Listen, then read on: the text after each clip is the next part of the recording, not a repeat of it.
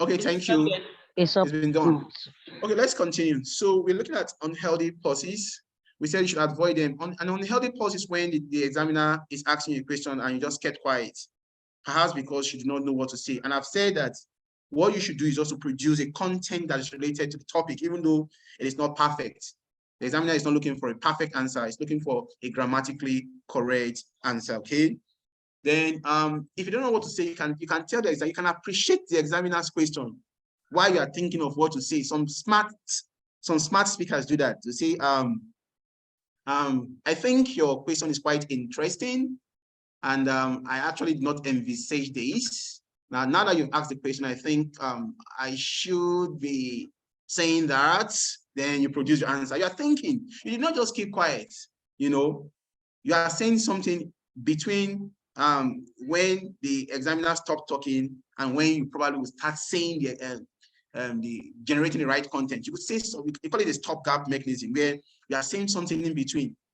This question is quite difficult. Sincerely, this question is quite difficult.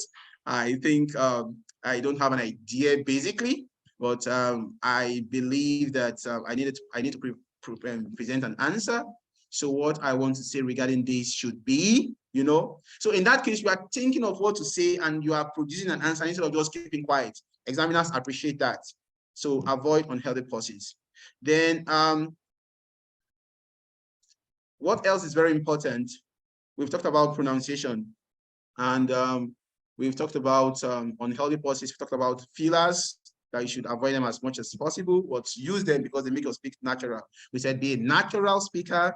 Do not use the accent you do not have. Nobody penalizes you for your accent. Nobody penalizes you because you are using the kind of accent you are using. It mustn't be British. It mustn't be American accent. Your accent is good enough, in as much as what you are saying is clear, that the examiner can understand you. So be free, don't have any inhibitions, don't be scared, we said be confident, be natural, put a little smile on your face, do not carry a long face. Like I'm seeing some faces here, I'm even scared, the way they are looking at me, can't even understand. He can even unsettle me. So, we have what they call the likability factor. Just go and pose and you are looking at the examiner like this, like, you want to kill the examiner with your pose, So please keep a little smile on your face all the time. It makes you to be likable. Kashim Shetima. He has that look. Kashim Shetima. If you catch it, I'm not the one who said it is Moses. You are the one. No, I'm not here. Please, I did not contribute to this. Okay.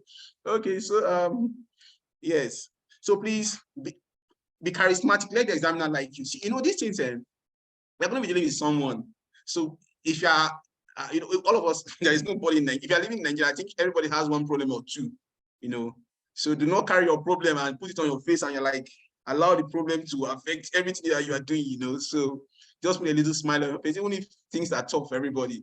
There is a proverb that all lizards crawl on their stomach. You don't know the one that has a stomach ache, So talking about this proverb, I just remember that it's actually very good for you to use your proverbs and idioms when you are writing. Sorry, when you are speaking. I said you shouldn't use proverbs and idioms when you are writing. But when you are speaking, you are allowed to use proverbs and idioms. Okay, idiomatic expressions are allowed, and proverbs are. That does not mean you're going to be you're going to be injecting parables, proverbs that are not relevant. If you're using a proverb, ensure your proverb or your idiomatic expression is relevant and easy to understand. I would seamlessly flow with your context. Yeah. Thank you very much. So let's continue. So let's look at IELTS, the basic part, the structure. So now you, on the day of your exam, please endeavor to go with your, what do you call it, your ID, which is your internet, your passports. Go with your passports. I mean, Nigerian passport, international passports. So because the examiner would need it to verify that you are the one. So when you are ushered into the speaking room, where you're going to be having the speaking, the examiner would ask you to produce your words, your ID, and they will check whether you are the one. They ask you a question about your name, which you will tell them. Then there is a popular way there is the right way of telling your name. So you use contractions when you are telling your name. For example, I'll put that on the chat box now. You can say my name, where is it? So I can see very well.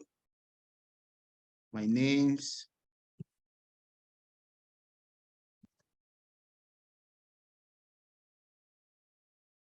yes. Who can say this for us? Who can say this for us? Can someone say this for us? Okay, please continue. I'm Henry. My name's Ese Ogenevo. Yes, my name's Ese Ogenovo. Not my name is. My name's Ese Ogenovo. Not my name is.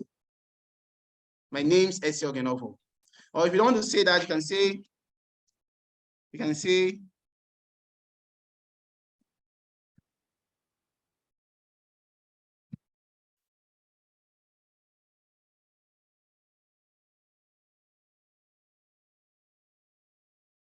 Okay.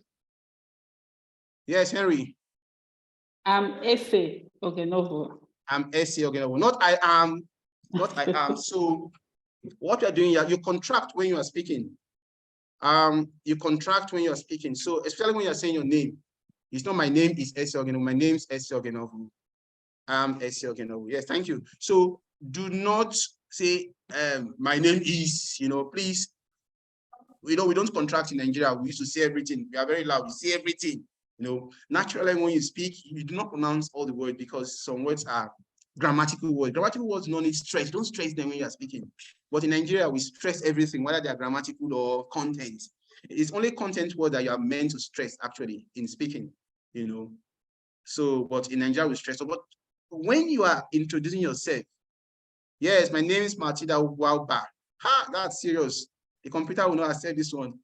It's right. Yes, it's right. Yes, it's right. Yes. So the emphasis here is the contraction. I'm telling you to contract your, I am not I am. I am, my name's I am, that's what I'm trying to say.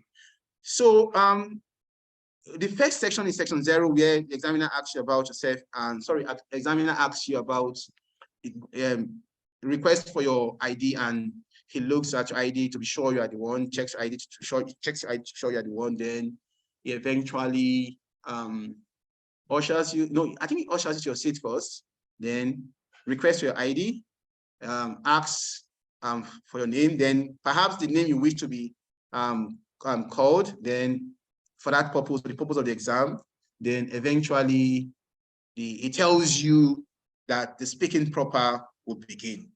So at that point, you'll be taken to section 1. Section 0, nothing has happened. They have not given you any mark. The examiner doesn't call you there.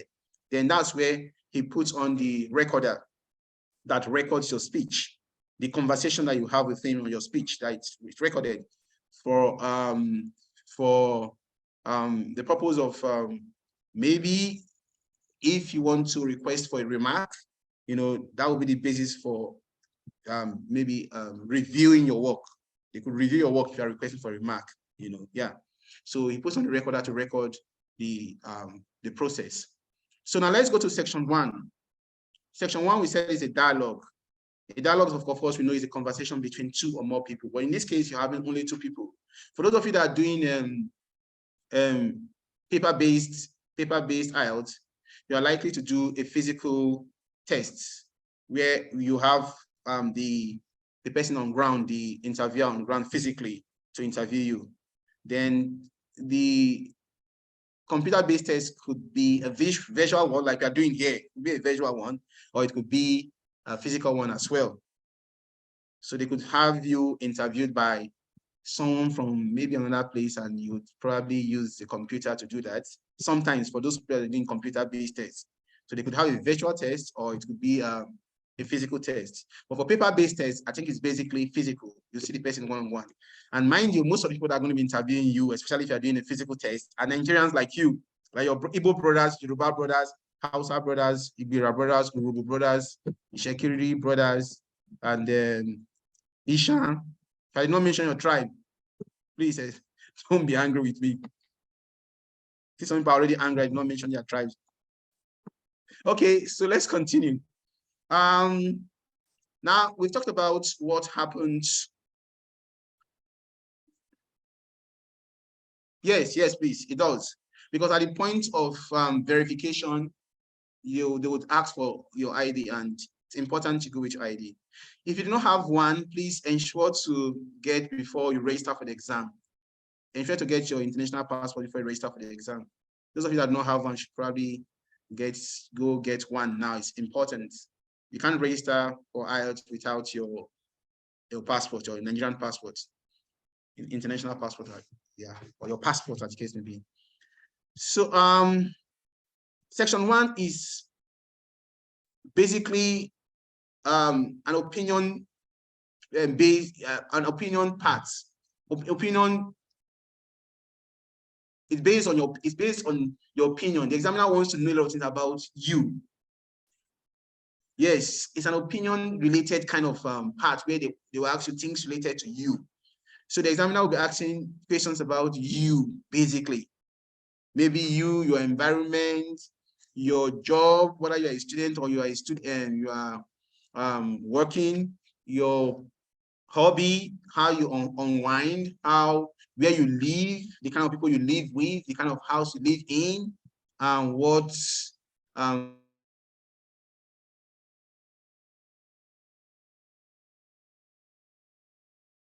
very funny questions sometimes about you, So they could ask you anything. It could be abstract. It could be something that you have a frame of reference on, But one thing that is important is this. Please note that your responses mustn't be true. It is not compulsory for you to produce it.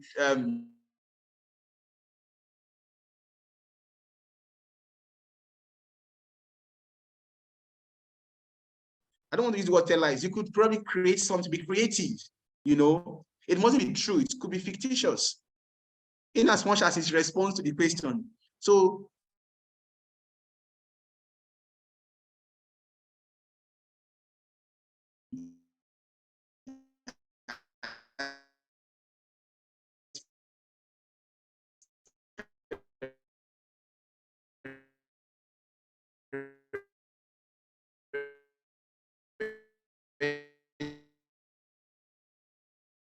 you can imagine anything. The examiner is asking a question and you don't have any experience on it. Imagine and create something. Remember when we were in school, secondary schools those days, the teachers would ask us to write essays or letters to our, or maybe tell stories about how we spent our holidays in the US or in the UK or in Europe.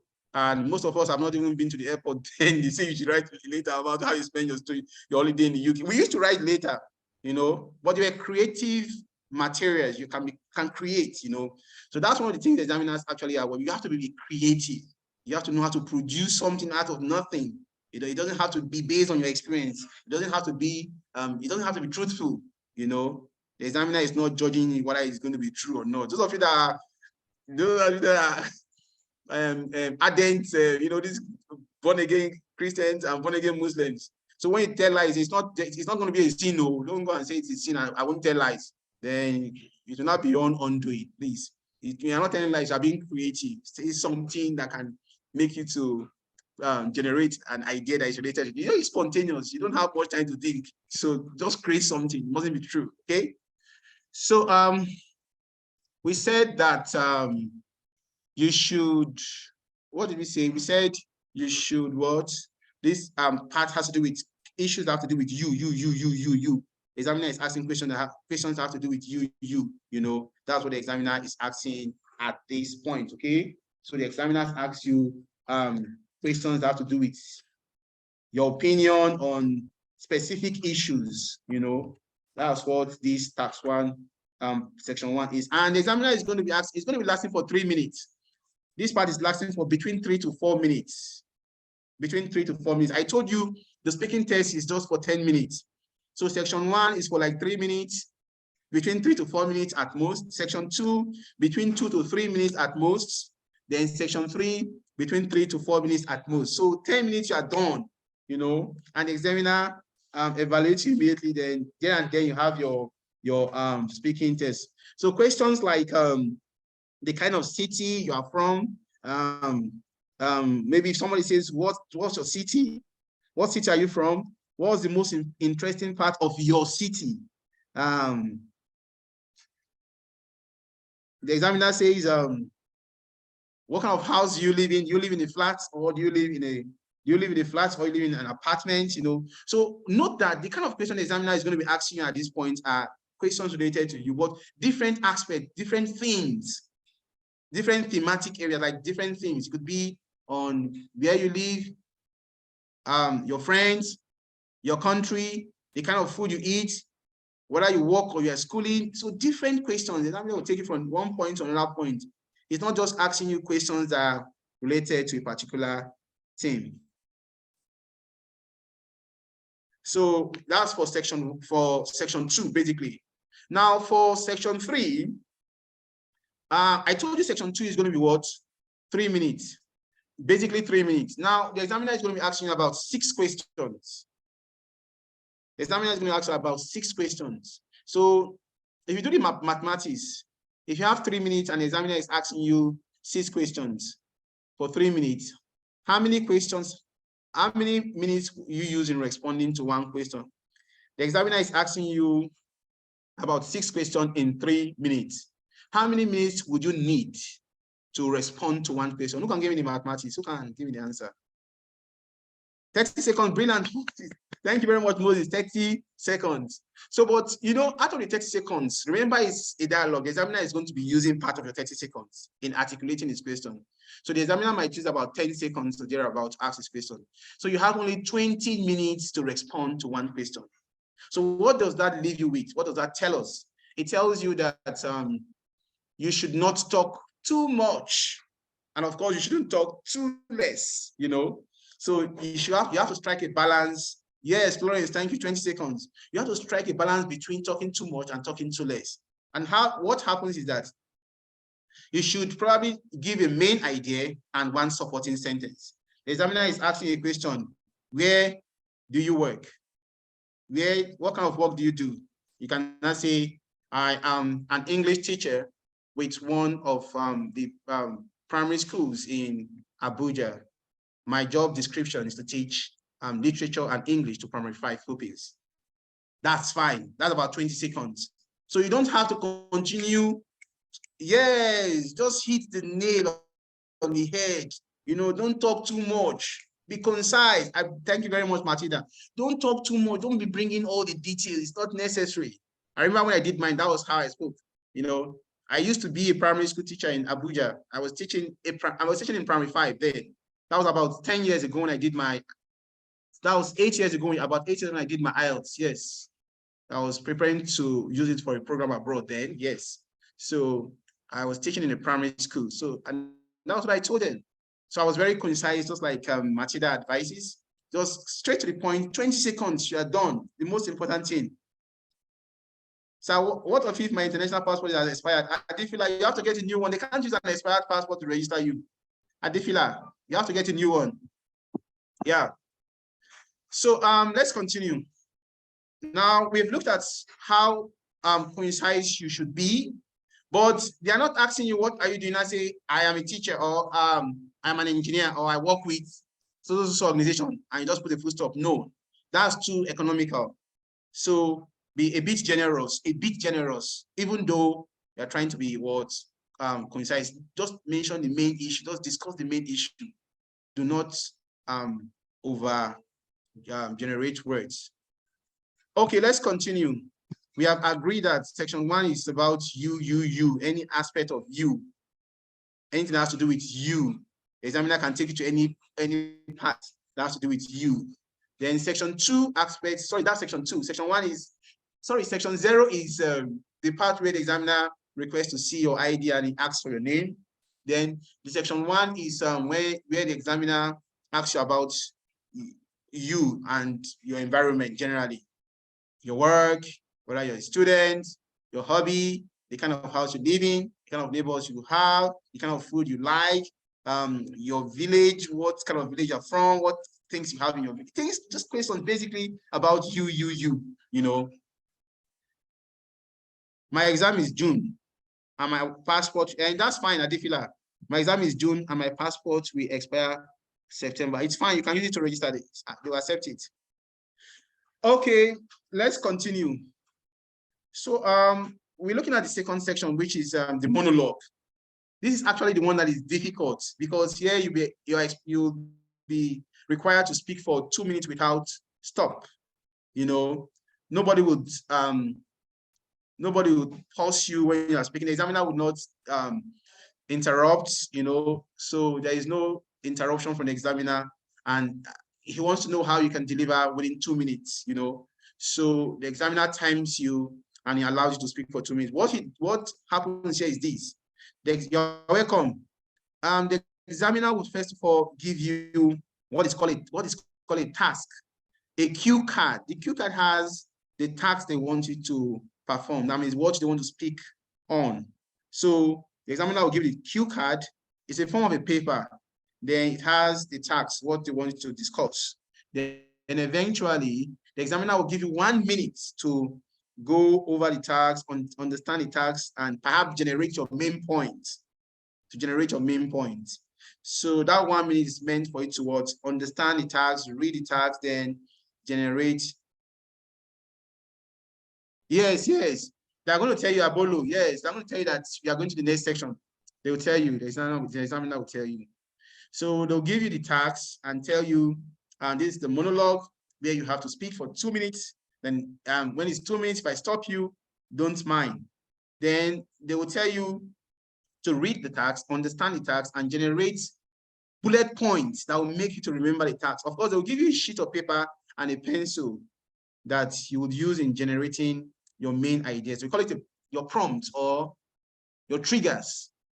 So those, don't come writing a big test too. Some people write big tests at this point. You don't have that time, that's luxury. So concentrate on the bullet point the examiner gave you and generate just few bullet points that will make you to remember your speech. Then after 1 minute, the examiner would ask you to speak, and he'll listen to you for 2 minutes and stop you thereafter. So try as much as possible to ensure you can generate a content that would last for 2 minutes. Now let's look at a sample question. Let me see if I can navigate you to a sample question reflecting a monologue. Hold on. Is it like a debate? No, it's not. It's not a debate too. It's not a debate. Let me share the screen so you can have a sample. Oh, I've been disabled.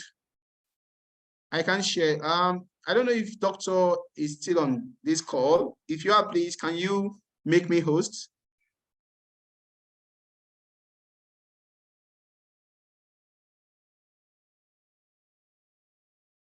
Hello, Doctor. If you're here, please. I'm with you. Okay, sir.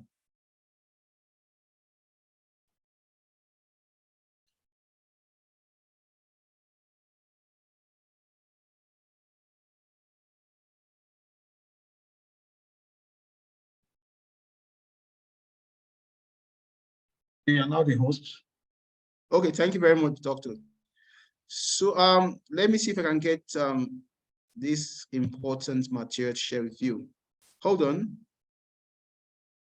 Oh.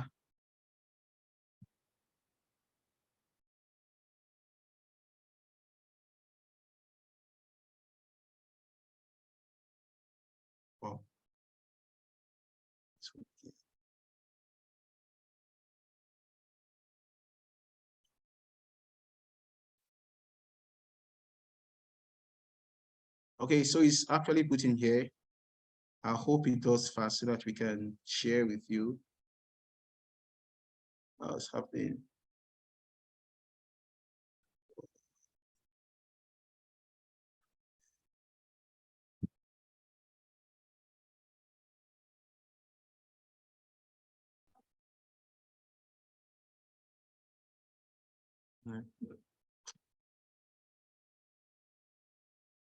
Why is it taking this much time?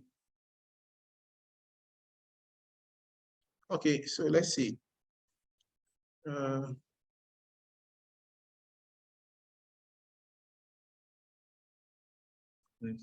see.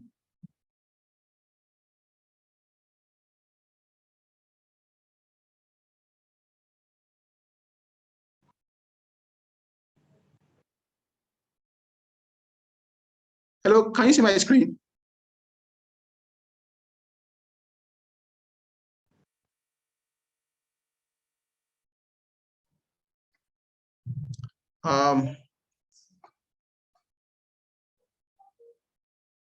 Okay. Wow.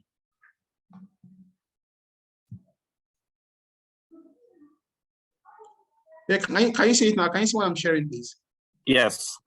Okay, thank you.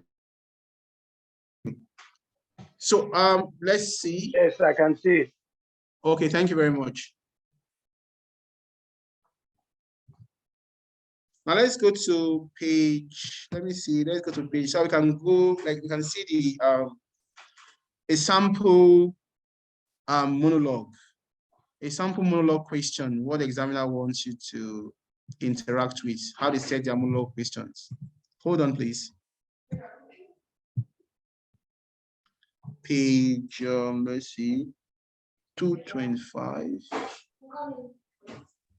Okay.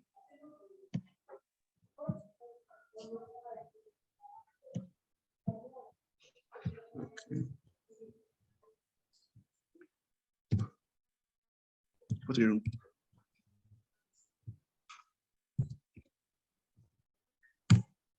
Okay. Yeah. Can we see the question on tax two? Tax 2 question. Say part 2. It says, describe a popular teacher you know. You should say what this teacher looks like. Page what, please? Page 226.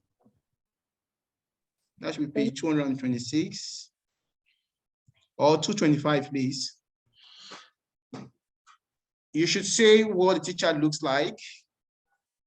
Where is it? You should say what teacher looks like, what sort of person this teacher is, what this teacher helped you to learn, and explain why this teacher is popular. You know, so in this case, what we're seeing here is this. We have 3 bullet points. Bullet point 1, which is what, bullet point 2, what, bullet point 3. So the examiner could be like, they can use the 5 W's and 1 H to set their first 3 bullet questions, like what, when, why, who, where. What, when, why, who, where. Sometimes they mix it up, but eventually they will only pick 3 bullets. Like here, they pick 3. What teacher looks like, what sort of person the teacher is, what this teacher helped you to learn. So it could be what teacher looks like, where you met this person, when you met this person. It depends on what they want to set, you know. Then how, they could use any how. But what I want to really focus basically on is the last part. It said, and explain why the teacher is popular. So you see, you have 3 bullet points. What she looks like, what sort of person teacher is, what she helped you to learn, and explain. So the last part is always and explain. The question will start with an introduction, describe, blah, blah, blah, blah, blah. And it will end with what? Explain. Then there are 3 elements in between, which could come from what, when, where, which, whatever. They will just pick anyone they want to pick. So in this case, they picked what to describe them. So these are 3 bullet points. And explain. So it always ends with and explain. So now you have 2 minutes to do this. So what I always advise my candidates to do is this. You have to describe the popular teacher. You start by describing, just tell them that you want to describe what a popular teacher that you know, that you know, okay? Then after you have done that, which is your introduction, then you now go to what the teacher looks like. Spend 20 seconds talking about what the teacher looks like. Here, of course, you're going to be talking about his physical attributes, what he looks like. Talk about his physical attributes in 20 seconds. Then what sort of person this teacher is. Talk about his maybe his other characteristics, not his physical, his non-physical characteristics. You know, maybe his moral level, his behavioral characteristics, moral characteristic, and other form of characteristics. Then what the teacher helped you to learn. Of course, talk about what he helped you to learn. But all these things you are doing, I advise you use 20 seconds each to discuss what teacher looks like, 20 seconds to discuss what person the teacher is, then 20 seconds to also discuss how he helped you. So you'd have spent 1 minute doing these 3 bullet points. Then you go to the part that asks you to explain, which is the big part. Explain why teacher is popular. Here, you are going to be explaining. So you could give 3 reasons teacher is popular. You could say he's quite knowledgeable on what the subject he teaches. Then you cannot say he's a disciplinarian, for example. You cannot say he's a disciplinarian. Then you cannot say he's generous. So in that case, you are going to be what? Explaining each of them. You don't just itemize and not explain. So when you mention a particular main idea, for example, his teacher is known to all, or is someone everybody likes, in the sense that he's generous. You will not explain how generous the teacher is. Then you do same for why maybe he teaches well, he's proficient in what he does. Then you have to explain that. Then perhaps your third reason, whatever reason you have, do not just state the reason. After stating the reason, you explain, then you transit, you do a transition. After you have finished explaining, the teacher is quite knowledgeable in the subject he teaches, in the sense that he's acquired a lot of degrees in mathematics. He teaches mathematics, acquired a lot of degrees in mathematics, and he has a very fantastic way of making everyone understand mathematics. I say, apart from these, you are going to the next level. Apart from these, he's a very generous person. Then you now explain how generous he is. And I say, finally, he is or another quality of teacher. You state and explain. That's what you do when you are explaining. That's what the examiner is emphasizing, the word and explain. Don't just state. State and explain each. If you're going to be doing 2, state and explain 2. But meanwhile, we're going to be spending how many minutes here? 1 minute. So if you're generating only 2 main ideas, use like 30 seconds to explain each of the main idea you are generating. But if you're generating 3 main ideas under why teacher is popular, use 20 seconds to attack each main idea generated, and ensure to use a transition to move from one idea so that the examiner can follow you. The examiner wants to know whether you're a coherent and cohesive speaker, whether you can bring your point together, you can speak in such a way that we can follow you in a very seamless way. You are carrying the examiner along. Are we following, please? Okay, so that's what the monologue is about. So I think that's the most challenging part of Ielts speaking. So I told my candidate that speaking is not something you have to do a lot of practice on. Do not practice much, but practice your monologue. You don't have to practice your dialogues, your task 1, which is the first dialogue, and the second part 3, which we can see here, which is also a dialogue. You don't have to do much practice because your answers are going to be, you don't know what questions they're asking you, and you're going to be producing answers spontaneously. The examiner is smart. He wants to know whether you be a natural speaker, you can produce your speech naturally, you have a good grasp of the language, Some people go and cram sentences or some vocabulary that they must deploy. They want to impress the examiner. The examiner would note that you are not being natural. You just want to use that vocabulary. You just want to use that sentence because it is beautiful, whether it is contextually relevant or not. So be free, consider the examiner to be your friend and approach your test like you're talking to a friend, which makes it natural. It gives you that freedom, that leverage, that liberty to speak without any inhibitions.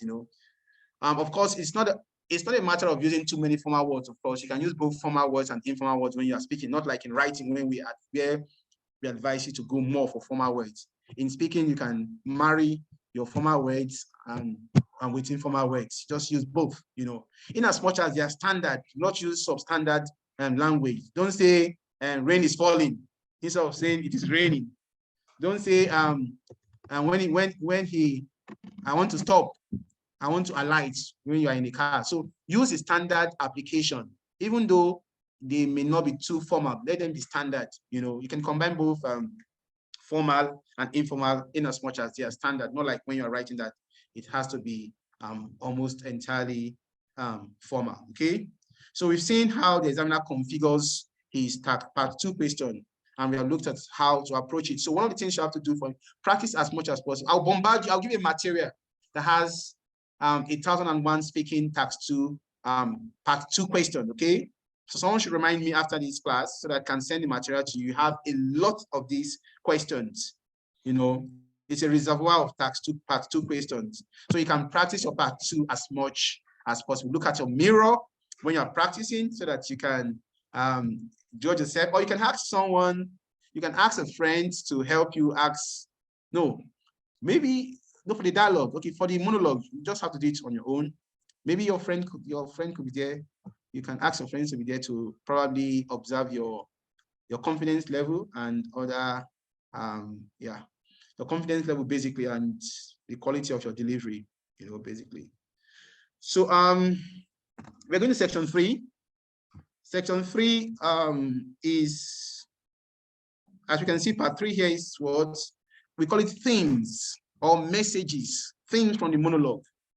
So the question the examiner is going to be asking you will be based on the monologue. You have known your monologue already, the question on your monologue. So the examiner is going to be asking you questions that are related to your monologue. So the asking question, of course, is a dialogue, and you're going to be answering the questions just like you did when you are answering task 1, part 1 question. You know, but this time around, it's going to be basically monologue, and most of the questions might not be basically related to you. Like the first question says, what can schools do to help students prepare for the next stage in their life? They're not asking for your opinion there. It's a general question. But the second question here says, what advice would you give? So this one is a personal opinion question. But the first one is not a personal opinion question. It's a general question. So most of the questions here in part 3 are what? They are discussion questions. They're not necessarily opinion questions like in task 1. Part 1, 90% of the questions are what? Opinion based, based on your opinion. But in part 3, some of them might be opinion based questions, while others might be what? For you to what? Discuss. Like for education after school, you can see here it said, in general, not you. What opportunities are available to students after they leave school? In general, not you. But the second prompt here says, how do you think? So you have to have the understanding. You have to have the knowledge of when the examiner is requesting for you to answer based on your opinion, which we say you should answer authoritatively by what? Giving your opinion. Then when the examiner is asking for a discussion question where you have to use probability, you know, a tone of uncertainty. So can we do a micro test here and at the end of the class? Why not? Definitely. And we'll start with you, Abolu Helen. We'll start with you. You'll do a monologue for us. Well, everybody's going to provide a monologue. I'll call on 2 people to have their maybe presentations, of course. And you can judge. Yes, I can judge my monologue question while being asked so that I can answer in order of asking. Michael Musa, they'll give you the question and they'll give you a sheet of paper, of course, a pen or a pencil. So you have 1 minute. They'll give you a minute to do your jottings. Yeah. So you will still have at the end of the day, you still have the jotted prompts or triggers with you, which the main ideas that you want to use for your speech, as well as the questions. Everything is still with you. You have everything with you. Yeah. Thank you very much. So that's for question 3. We can see question 3 here. So now let's see if we can do the question and answer section. So I don't know how you're going to do it. Let's see. For the question section, we'll start with question 1. Then I will call on anybody. If I call on you, then you'll be the one to unmute yourself and respond to the question I'm asking. Okay. So I could call on you at any point in this discussion, then you would be required to respond accordingly. So you have to be you have to be like on the alerts. Yeah. Let's see. So Are we good? Are we ready? So we're going to be starting with the section 1, part 1 question, okay? We'll be starting with the part 1 question. But of course, we are not going to be using this material because you have all looked at the answers and you've articulated your thoughts already. So it will be easy for you to provide fantastic responses. So I want to ambush you. I don't want to expose the questions to you before asking them. So if you're ready, please say yes, so that I'll be sure we are, you know.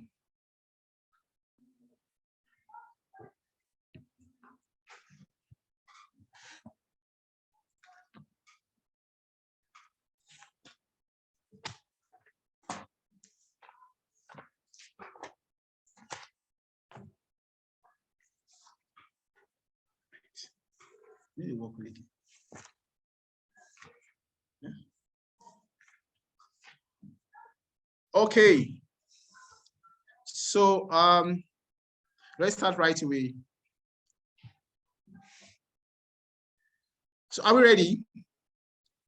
So let's get your responses, please. If you're not ready, so I will know what to do next.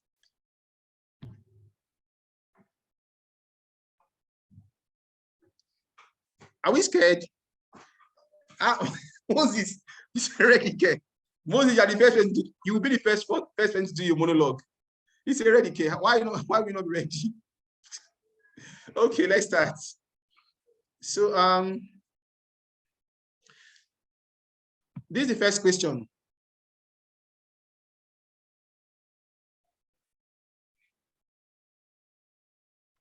This is the first question. And this question is going to, who is it going to? This is the monologue. We're doing tax one. So I'm going to be asking, who is going to be asking this question? Let's see. John, you are the one answering this question. John is there, I guess John is there. John, can you hear me? Hello, John. Okay, John is not ready. Let's go to Ugo. Ugo, can you hear me? You can unmute and talk.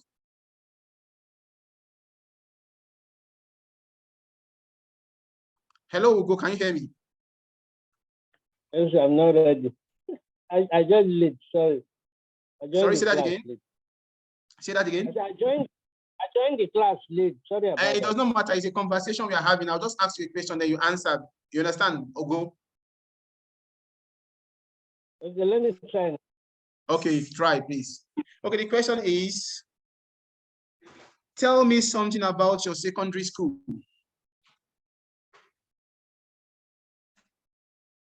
Okay, I attended secondary school in Warri Delta State, Dogo College to be precise. It was an interesting school. My classmates then were interesting. The teacher was interesting.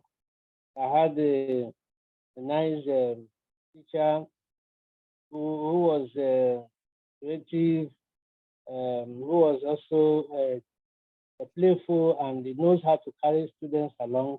But he made me enjoy the class, which he taught, and I fell in love with that class. I fell in love with the subject, and I did well. Okay, yeah, thank you very much, Ugo. Now, in as much as your speech was actually quite good, I like it. It's actually a bit lengthy. Okay, perhaps you said so that you probably did not join early. So what we said, why we're talking about part 1 is for you to keep it short and simple.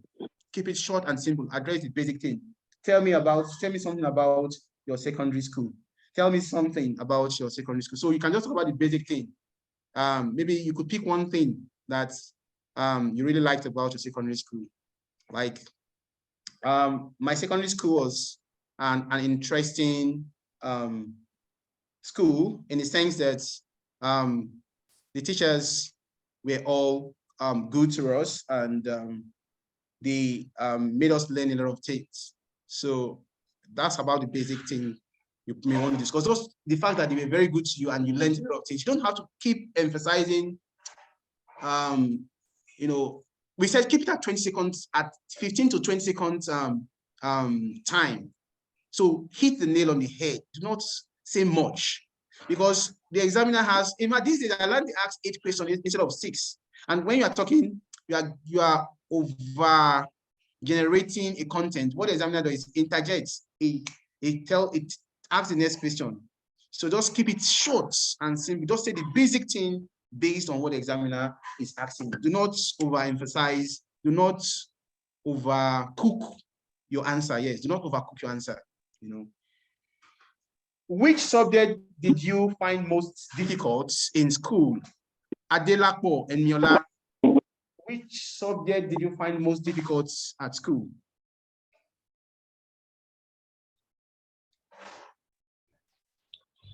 The subject I found most difficult at school was mathematics. For some reasons, I just couldn't understand the basic calculations and how to deal with it. Okay, brilliant. That was a very brilliant response. Thank you. Now you use the word, let's say which did you find? So you now use the word found. So is there something else you can use instead of find? You find is a content word. What else can we use instead of find? You know, you said found, which is the same as find. Is it possible for you to use another word instead of find or found?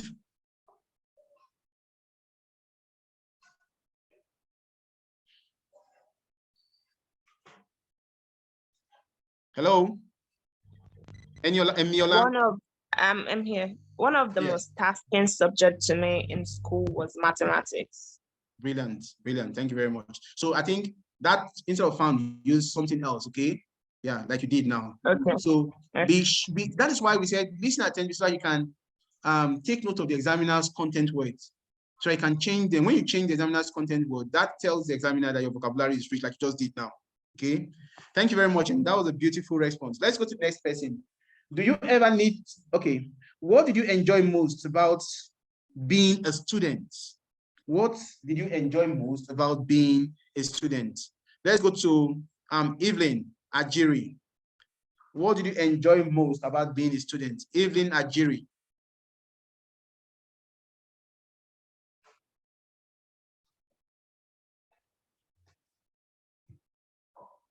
Okay, if Evelyn is not answering, can Godwin help us with that answer? What did you enjoy? What did you enjoy most about being a student? Godwin.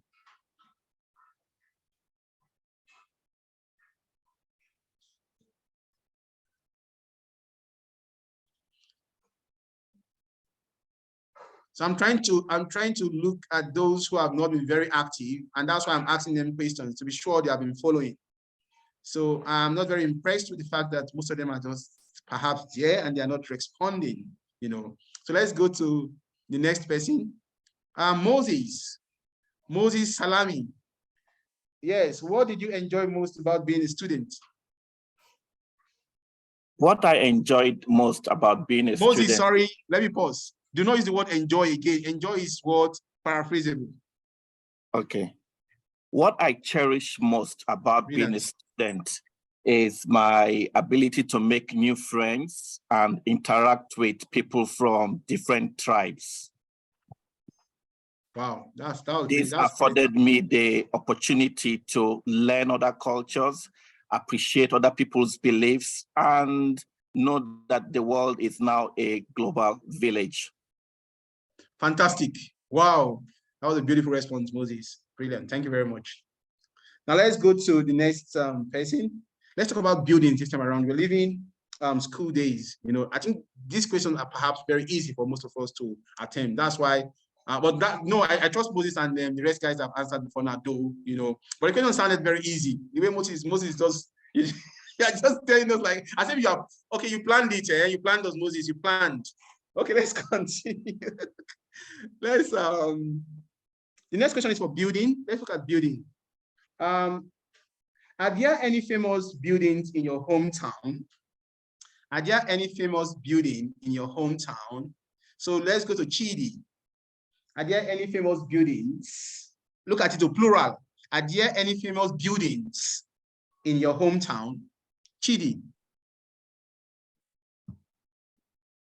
Yeah, well, in my hometown, why are you smiling like that? Actually, continue. I don't know why you're so. It seems like a cantankerous guy, you GD. You give me one a lot. I don't understand. Okay. Okay. Famous building. Okay, in my hometown. In my hometown. Shidi, you are telling your friend to give you the answer. No. In my hometown, there are really no famous building, but I can tell you that for sure that one of the most famous building in my hometown is the government house building. Brilliant. But change famous. What can you say instead of famous? Oh, okay. Popular then. Because famous is a content word. Remember we said that change the content word as much as possible. Okay. Yeah, Salami has given you a clue. So Salami has given you a clue. Now look at what Salami said, Moses. Yeah, I said popular. Okay, so you can rephrase your question again. Let's say the question. Let's say the response to your question, please. To the question. Okay, I come from a rural area, so yeah. We partly don't have famous building as such, but I can tell you for sure one of the most popular buildings we have is the one of our government house. Brilliant. Thank you very much. Nice. Let's go to the next question, and this will be answered by Edith. Okay, Edith, are you there? Are you ready for the question?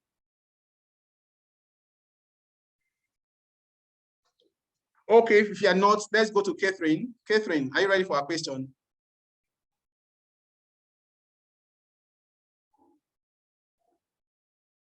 And all the ladies are scared of responding. I don't understand what's happening. Florence, don't disappoint me. Florence Ogunpowale. Yes, Florence will do justice to this question. Florence, are you there? I'm here. I trust you. So let me ask the question. The question says, in what type of building do most people in your hometown live? In what kind of building do most people in your hometown live? Most people in my hometown live in thatched houses, as many of them are not quite well-to-do, and the rich ones, they have to go out of the town to cities to build houses. So the ones that are left there only live in thatched houses. Wow, brilliant. So instead of live, you can use reside, okay? The synonym, it was the content word, okay? Yes. Thank you very much. Yes. That was fantastic. That was a fun. So you have redeemed your colleagues, your female colleagues that are here, that are hiding, you know. Okay, let's continue. The next question will go to Fina. Fina will be the one to answer this question. Should buildings be attractive to look at? Should buildings be attractive to look at, Fina? She's not even there at all. She's trying to connect. Okay. Let's go to Ugonna Talita. Should buildings be attractive to look at? Ugonna.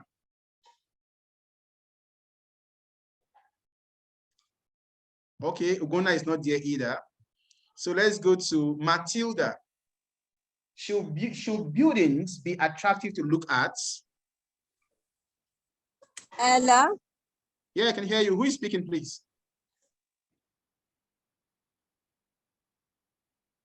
Hello? Ugonna. Ugonna, please, you have the floor. Sir? You have the floor. Should I ask the question again? Should I repeat the question? Yes, please. Oh, thank you. So we said, should buildings be attractive to look at? Yes, buildings should be attractive to look at. Change, please change attractive. Okay. Buildings should be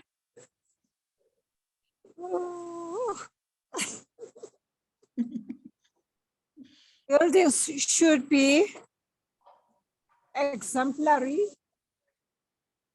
constructions in the eyes of. Somebody has helped you. Beautiful. Somebody has helped you. Beautiful, pleasant. they're helping you. So can you reconstruct again? Beautiful buildings should be attractive to the eyes in Don't use order for. attractive. Don't use attractive. Oh, sorry. Beautiful buildings should be presented to people in order for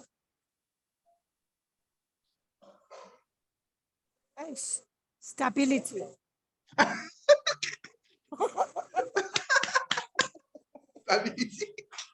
Stability. Are you a politician? No, sir. But that was a fantastic response. But the idea is that always listen to the examiner, because I think that you were a bit unsettled because we're trying to get a replacement for the content word. But the truth is that if you cannot find a replacement for the content word, use the word the way the examiner uses it. But you are reporting yourself to the examiner that your vocabulary range is low. So that's why always listen attentively to the examiner when he's articulating his question, so that you can take note of you can note the content words and try as much as possible to change them when you are responding. Okay? Yes, sir. Yes, sir. Okay. Okay, Matilda, I should ask another question. Okay, Matilda, the next question is for you. What is the most unusual building you have ever seen? What is the most unusual building you have ever seen? That is Matilda. Am I to answer back as a question or what? Yeah, it's the question I just asked. Or I'm supposed to say the most. Ma? Am I supposed to tell you about an unusual building I've seen? Yes? No? That is it, of course. That's why we're having this exercise. It's a question and answer section. Yes. Okay, Let me repeat the question. The question says, what is the most unusual building you have ever seen? I have seen an odd building on the street of Port Harcourt.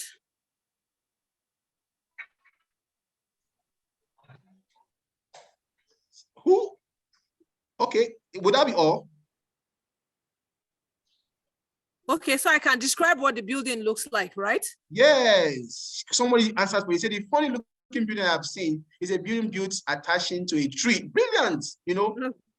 So all right. Yes, something like that. Okay. Then you can give us the reason why you think the building. Always, I see when you're answering Ielts speaking question, always attach a reason why or why not to your answers. Why you think the reason is why you think the building is what unusual or funny. Yes. Okay. Someone said a funny looking building I have seen is a building built attached to what? A tree. Another person is saying I once saw a building that looked like a loaf of bread, you know. Okay. So all those kind of things are, yes, they make them look unusual because that's what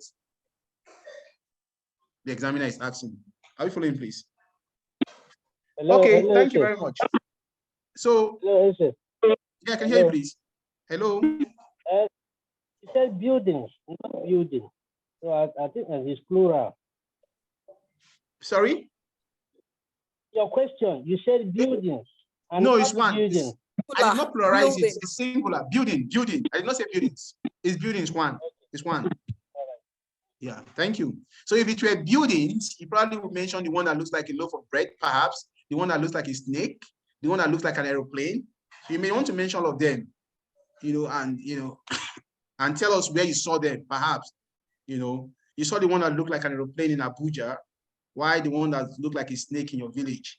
That was built by a herbalist. Okay, let's continue. Let's now go to a monologue. Who wants to volunteer to do a monologue for us? Anybody who wants 2 volunteers? We have to do 2 monologues today. I want you to volunteer. I don't want to pick. I want to do 2 monologues. So I want 2 people to volunteer to do their monologues for us. Please volunteer.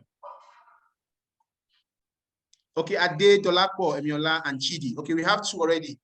Ade, Dolapo, and Bots, and then Chidi will do their monologues for us. So let's start with Ade Dolapo. I'll send you your what do you call it, your monologue. Then you have 1 minute to look at it. Get your sheet of paper and your pencil or pen ready so that you do your trigger, your main point in 1 minute. Then you'll speak for 2 minutes and ask you to stop speaking. Okay? So let me get your question for you while you are looking for your piece of paper, sheet of paper, and pencil. So we'll start with Adelalapo and then Chidi thereafter.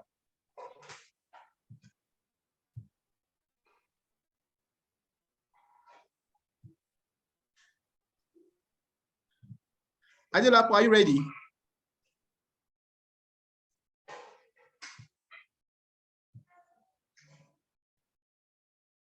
Adelapo, are you ready?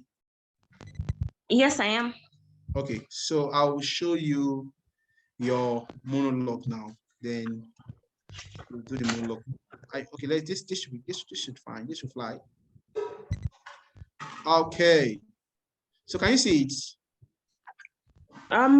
Did you send it privately to me? No.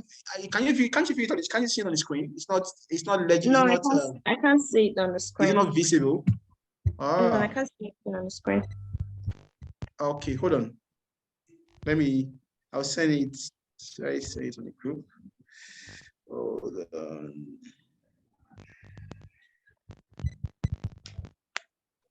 Wow.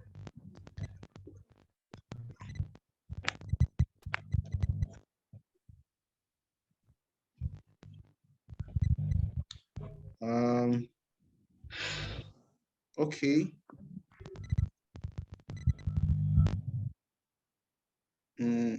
Okay. Okay, great. Dolapo, can you access material on WhatsApp platform? Yes, please. Okay, so I'm saying it's on it now. I've sent it. Can you read it so that everybody will hear what it is? Sorry, I'm yet to see it. Okay.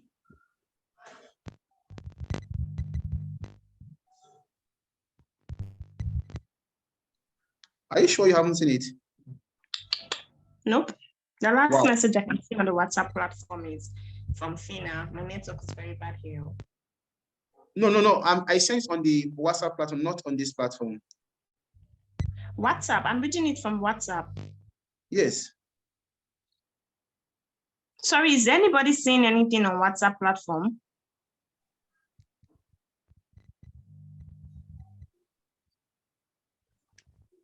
Everybody says it's not there. Yes, it's not there. Wow. Oh, I sent it somewhere else. Please, I'm sorry. Okay. Wow, I sent it on the.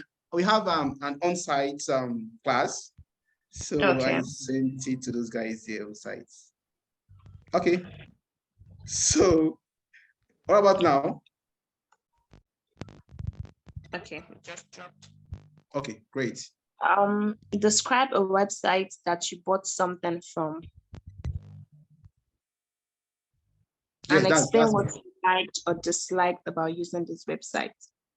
So now you have 1 minute, you can go over it very well. Then after 1 minute, I'll ask you to stop, then you start speaking. Okay.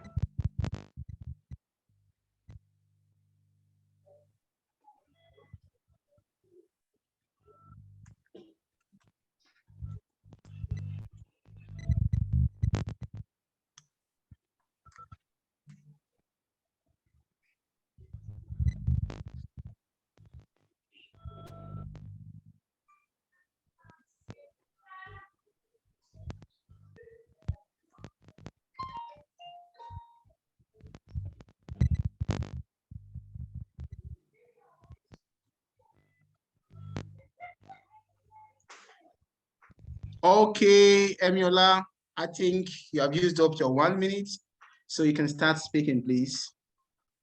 Okay. I once ordered for a pair of 10 socks, 10 pairs of character socks from a socks company called Sock Me In. I was completely unsatisfied with their customer representation because when I ordered directly from their website, I picked 10 different character socks. I proceeded to the checkout point. I immediately got an email saying that they had to rescind my order and they were fine with it. And I should expect delivery in 5 days.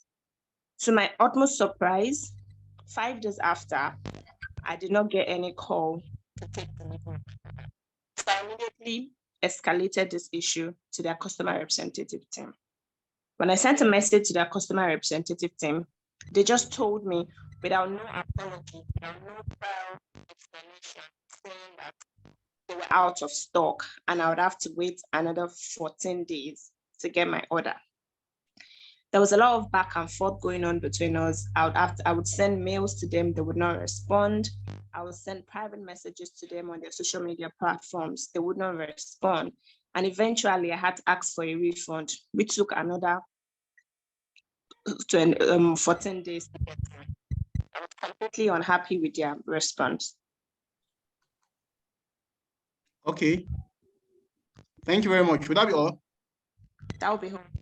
Okay, brilliant, brilliant. Exactly 1 minute 58 seconds. Brilliant. Wow. That was a fantastic response. Okay. So somebody was saying that they would have loved to answer this question. Can you imagine? Okay, when they had the opportunity to volunteer, they did not.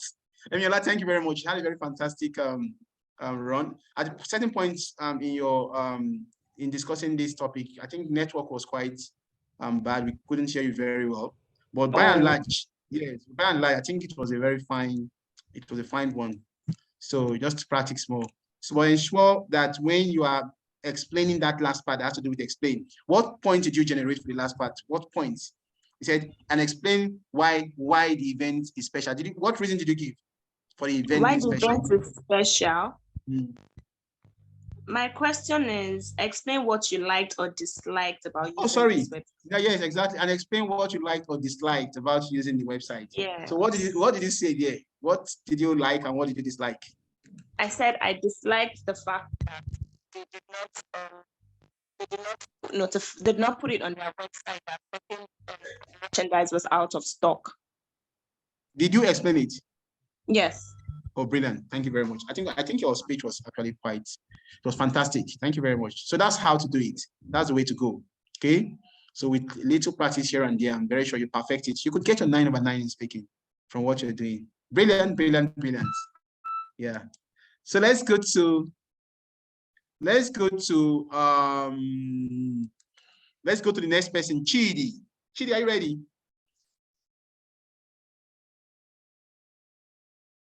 Hello, Chidi. Can you hear me? Oh, yes, I'm here. Okay. Thank you very much. So I'm giving you a question now. So I hope you have your sheet of paper and pen to do your triggers, to jot the main ideas that you would use. So I'll show the question to you so that you'll start, okay? So here comes your question, Chidi. Let's see. Chidi, are you sure you're ready? After you say I'm mysterious now.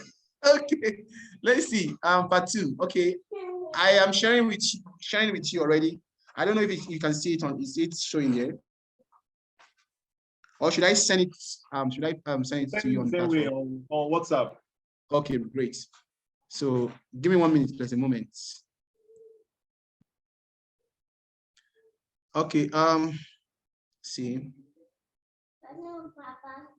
You know you're an Igbo person. I will give you the one that has to do with the business. Business. Okay, so I think we have it here. Okay. Chidi, can you read so that we can hear you? I can be sure you have seen it. Hello, Chidi. Describe a famous person, a famous business person that you knew about. Brilliant. That's the question. So your 1 minute starts. Calm down now. No, it has started.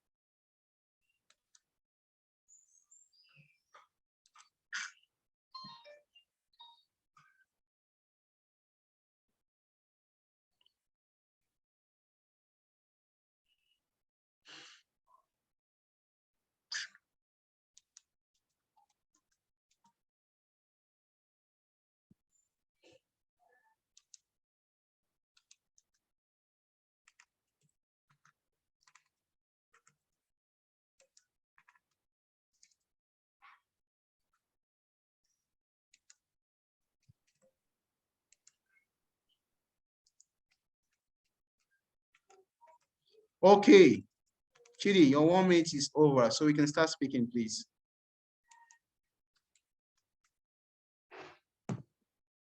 Hello, Chidi. Okay. So there is this, okay, I start. Yes, yeah.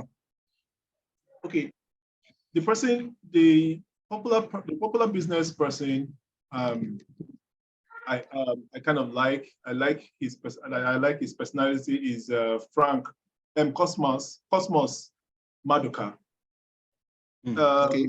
Cosmos Maduka is a business person and an upright business person for that matter. He's involved in cars. That's elite vehicles. Elite vehicles is the #1 franchise business person for Ford cars, for Range Rover, and also for BMW. What I know about this businessman is that he's one person that is very upright in his dealings with customers. You know, he's the kind of person, as an Igbo man, that believe his word is his bond. Is his bond. So he tends to deal with people, in the appropriate way necessary. Now, to explain what I think, to highlight what I think about Cosmos Maduka, he is such a very genuine businessman. He's one person that has done business with people outside the country, especially in Japan. He's one person as well that has been giving credit worth more than $1 billion,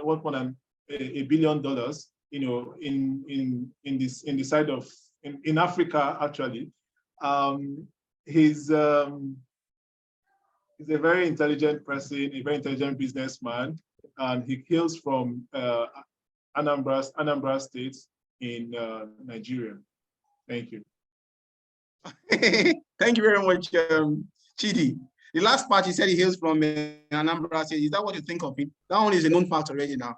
It's not what you are thinking of. But brilliant, you did a very fantastic one. What I liked about your speech is the fact that that part, the aspect where we have the who, what, kind, your transition is very interesting. I like the way you move from one point to another point. You carry us along, because what you do, you ask yourself the question again and you answer it. It's a brilliant way of letting the examiner know that I am leaving this point for this point, which is fantastic. Then your explanation also is nice, but the only thing is that you did not do your transition when you were explaining.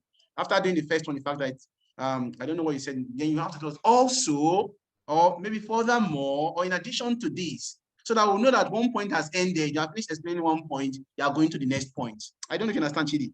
Yes, I understand, but let me ask something there. Okay. Somehow, I think I was thinking I was pressed for time, right? How do you know if you go more than 2 minutes, are you going to be penalized?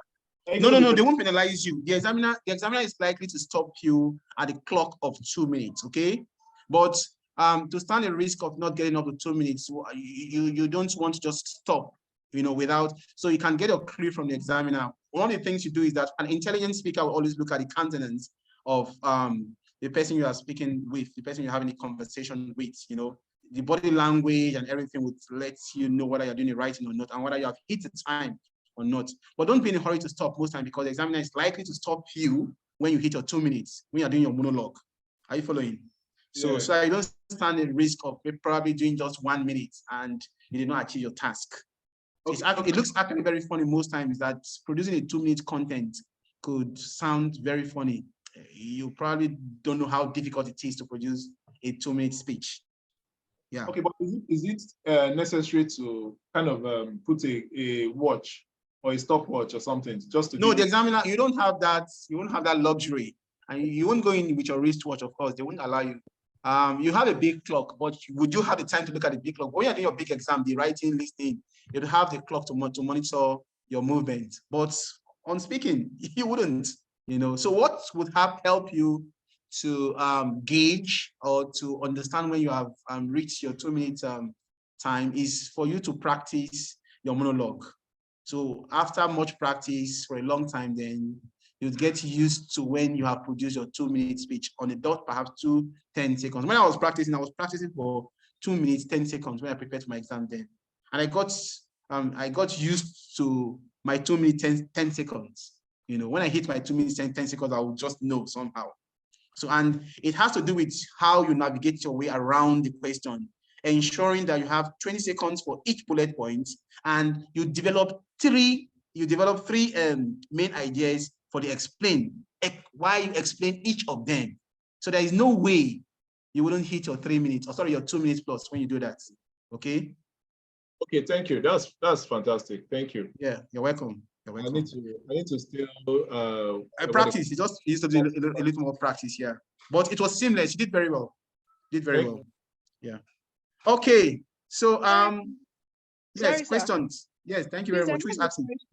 My name is Omotola. I have a question. This question that Chidi answered now, I'd like to ask a question. You know, they said you should describe a famous business person he knows. Yeah. Are we to use synonyms here too when we are describing, like, okay, e.g., like Mr. Uche Eze Mr. Uche Eze is the famous, like, instead of using famous now, should I use them? Should we change that famous too? Yes, I would like to describe a popular businessman. Okay. Yes, change them, it's good. So I can say Mr. Uche Eze is a popular business person. A popular business person I know. I can start like that. Of course. But if you as well start with, I would like to describe a popular business person I know, that one is fine too. Okay, sir. Okay, thank you very much. It's just a matter of the way you know, English language is not one directional, like it's very flexible. You can use it anyhow you want to use it. Everybody has their style of applying English language. Yeah. Okay, but that's a fantastic question. Yeah, I agree with you. Thank you. Let me ask, please. Sorry, can I say something? Yes, please. Who is speaking? That should be like the lady. The lady should speak first, please. Okay, lady, speak first, please. Chidi. I just wanted to clarify something. So, like Chidi's question that says describe a famous business person you know. Is it okay to start the conversation like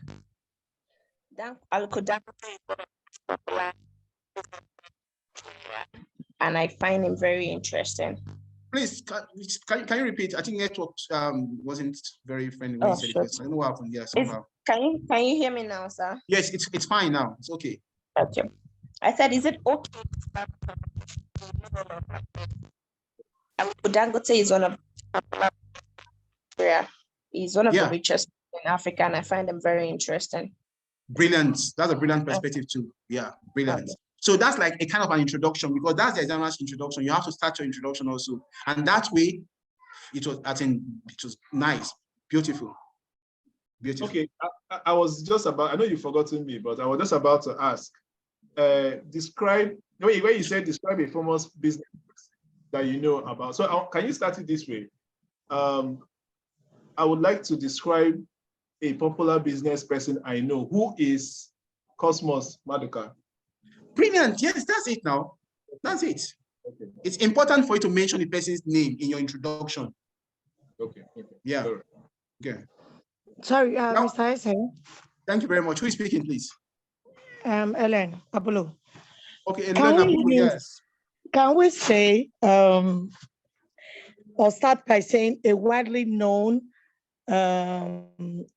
businessman in my locality, in the person of Mr. Johnson Bain? Why not? But if you say a widely known person in your locality, are you attributing it to you? Are you the one that knows the person who is widely known? You are the one that will say you know the person. Famous, widely known. Could also be replaced with widely known. Yes, well, yes. But the way you use it, just say a widely known person in society is so. You do not attribute it to yourself, of course. I know widely known means. Okay, can you say it? A widely known businessman in my locality that I know has high integrity is Mr. Blah blah blah. Oh, that's brilliant. But yes, that's beautiful. It's beautiful, ma. Beautiful. Okay. Beautiful. Please, more questions. We're done for the day. We just need question and answer section before we before we retire. Please, So is this our last topic? As in, pata 10,000 don't go. 10,000. Someone like you, Chidi. The last time I saw you, you went to Kilimanjaro. You spent almost 50,000 naira on the spot. And there was that I saw this other person that went to buy Hennessy at this club for 600,000 naira. Okay. You think I don't, Chidi? You think I don't know? You want me to report? It's not me. If you saw me offloading container, that's okay. It's me. Okay, so please. Oh, please, sorry. Let me ask. The last class was I missed that last class entirely, and I think that's one of the most important class. Is it listening or something? Was it listening? It's listening, actually listening. And so I think Dr. Osaze is trying to work something out in line with to put the video together somehow. Okay. He has not succeeded in doing it. That's why we haven't shared it yet, because we had some constraint doing that, I don't know, as a result of network that day. So when he does that, he promised to share it. So I'll ask him, because we put a lot of pressure on him to do that. So I'll ask him to share it with you guys. But I'm going to be having 1 hour and a 1 hour section with those that are writing academic Ielts.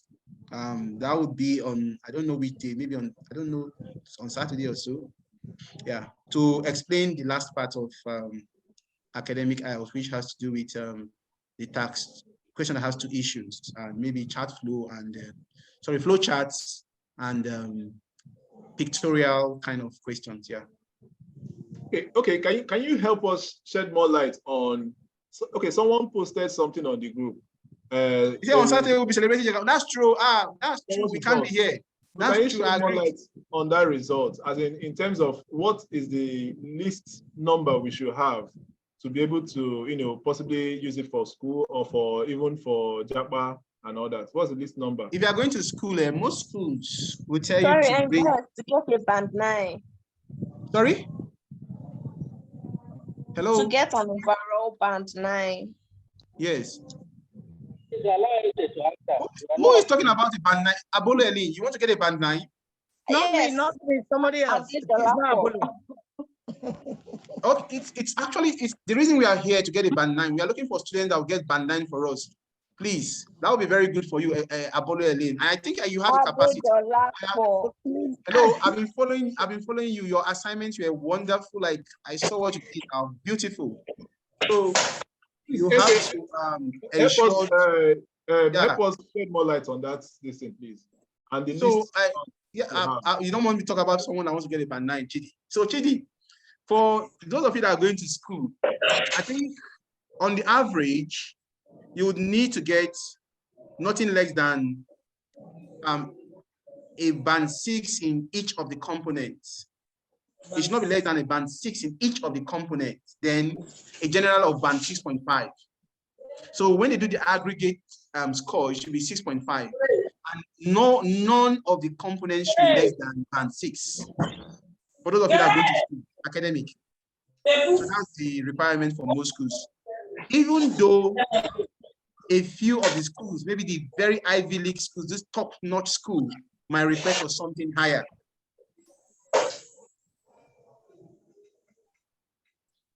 Did that answer your question, Chidi? Yes, I want for general. What about the generals?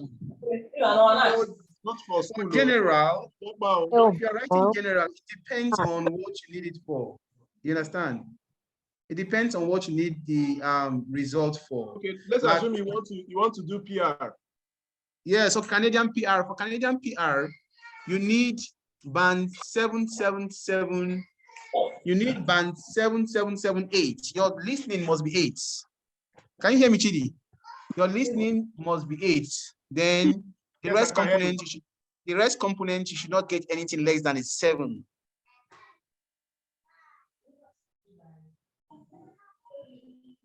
You should not get anything less than a 7 in the other component parts. Then your listening should be 8 band 8, at least.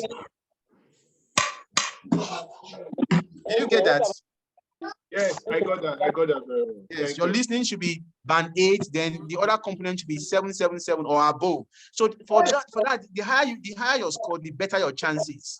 You know, so you should be That's gunning it. for Open it now. When something is soft now, it's the one. at least. You know. Okay. But Yeah. is there anything like scholarship on this stuff? Like assuming you get up to like 8.5 to 9, is there anything like maybe you'll be eligible for scholarship? From your state local from your local government, Anambra State. I mean, for school. No,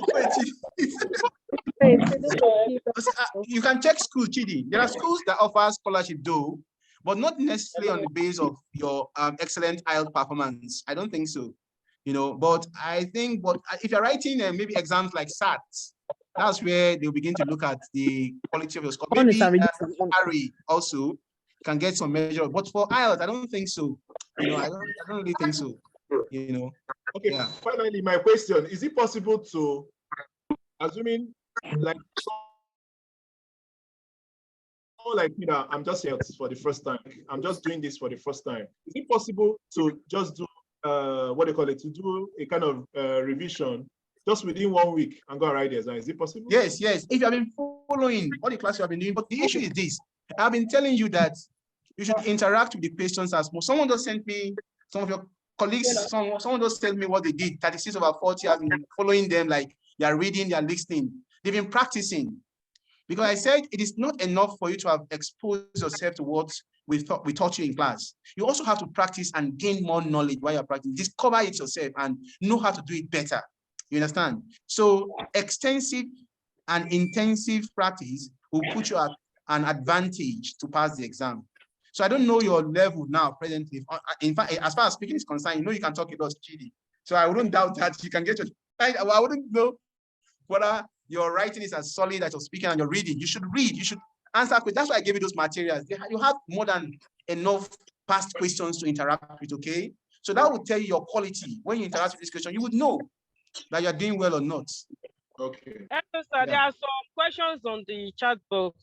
Can someone who is 40 years old do Canadian PR? Well, your chances are low because in the Canadian PR, there are many factors they consider. They consider the age factor, your qualification factor, your work experience factor, the people you have. Do you have anybody there in Canada? You know, but one thing is that the older you get, the lower your chances of what of getting the PR, you know, the Canadian PR. So the closer to 40, the lower your chances, of course. But of course, if you have a master's degree or a doctorate degree, like a PhD, like some of you have here, I know.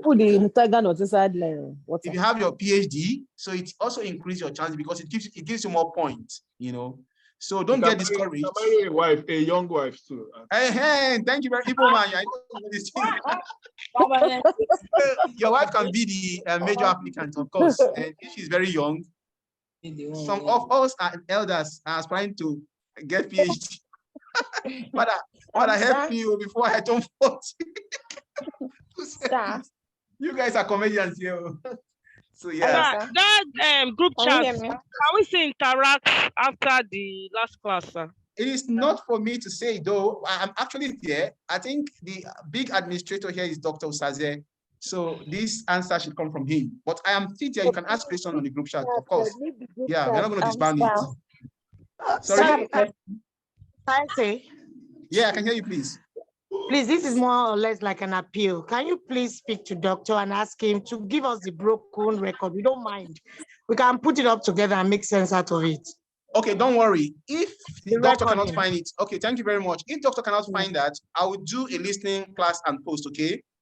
Wow, thank you, sir. Okay, I'll do a listening class and post, okay? Sir. Because this request is becoming something else. Like, I don't know. Some of you want to conspire. I'm very sure the next thing I carry placard and come to Abuja and we demonstrate. Sir, please, I have a question. Who is speaking? Regarding Adedolapo. Yes, Eniola. Yes, I have a question regarding the reading exercise. So I've been practicing, and then Someone said he wants to marry a second wife.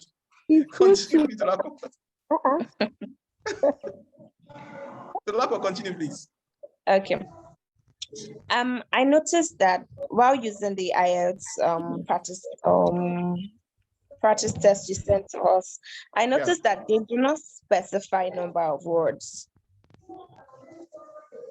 Where? Like, I don't understand. The reading tests. Yes.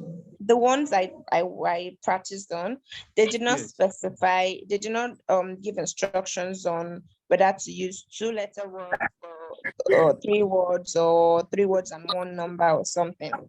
So what's the Yes. Is that how it is generally, or No, that is it? Yola, I don't know the angle. I don't understand the one you are exposing yourself to. All the ones I sent are, the material we sent, and they are the real. You saw that material I sent, that link. Are you talking about the link? It was the link you sent I used. Yes. If you're talking about that link, these are real exams that were tests that were done within those years highlighted, like 2022, 2021, and the years they highlighted. So there are real test situations, and have those instructions. Perhaps maybe what happened. Maybe I don't know. Check very well. They have. It's not possible not to have. Yeah, please check very well. They are standard Cambridge questions that you should practice with. They simulate the exact standard. Yeah. Okay. Also, my second question is in the listening part. We have instructions that says answer with no more than. When they say no more than, does that not mean that you can answer with 1 word, 2 words, 3 words, but nothing above 3 words, right? Nothing above the number of words given. If they say no more than 3, for example, you could do 3. The highest should be 3, not more than 3. So you could do 2, 1, 2, 3. But when I was marking the test, for some of those questions, they were showing they were giving just one answer as opposed to when they were. That's what I'm saying. If they say not more than 2, for example, so it could be 1. It could be 1 or 2. There are times if you have 2, it will be wrong. It's what? It could be 1. You could be 1. If you have, there are situations where they will say not more than 2. Having 2 words could be wrong. One word could be the right answer. So you have to be careful to be sure whether you're going to be deploying just 1 word or 2, because sometimes they say not more than 2. So 1 word could be the answer. 2 words could be the answer. So yeah. Okay, because remember, I don't know if you remember, I actually sent you a message yesterday. Yes. I said it says classical music concert, whereas I only wrote classical music. Yes. And when I checked the answer, I said classical music concert, but I wrote classical music alone. So does that classical music concert? When you say classical music concert in English, we have what they call adjective cluster in English. So I can say this beautiful building. Tall, dark complexion lady. Tall, dark complexion lady. So the most important word there is the lady. I don't know if you understand, which is the noun. Okay. So the tall, dark complexion, those things are those describing the noun. They're not as important as the noun. So always take note of the noun. The noun is the most important element in any combination. So if they want one, the noun among them should be the one that should deserve that position. Okay? Okay. Yeah. I guess now. Thank you. Yeah, you're welcome. I have a question, sir. Yes, please. Continue. Ladies first. I have a question, sir. Good evening, sir. Ladies first. Is a lady? Okay, family working. Is that a lady? Yes, great. You can continue. It's a lady. Okay. There's a question I want to ask. I don't know if the right time to ask this question. Is there anything? Hello? What are continue, please? On the table there. There's noise at the background. Please, those of you that are not speaking should mute. Michael Musa, you can continue, family. Okay, I don't know if this is the right time to ask this question. It's concerning the registrations for the IELTS tests. I've seen some links that some of our friends have been posting on the platform, and I don't know if it's quite good for us to know which particular link for us to register. Like me, I've not registered. This is my first time doing this Writing. IELTS test. I've not done any writing. I just want to do the lesson so that let me know how it goes. Okay, before I so write what it you down. do is that send me a private message and I will send you the link so that you don't just go and take any link. I have not verified, I've not gone through those links, so I cannot verify them. Okay. So you have to be very careful. So what you Yes. do is that if you send me a message, I will send you the link that you use. All right. Thank you Those so ones that much, you are sir. posting up and And they could be correct and not. I am not. I don't know. So, but I Okay. have the ones that are correct. If you send me, and I would eventually send a link to you that verify a standard link. Yeah. Okay. And another thing, sir, Yes. for the questions, like the listening questions, it's like I've not done something like this before. So when I tried it, I got 20 over 40. I was scared because You did very well. You did very well. 20 over 40 I is got fantastic. the questions were confusing. Yes. After the listening, I was like, which one is the answer again? I could not even collect what they have said again. Now I got 20. The first one I did, I got 20. The second one, I don't know what I got. And so what you would do is this, that link, you see the link I sent to you, it has like about 35 to 36 questions altogether.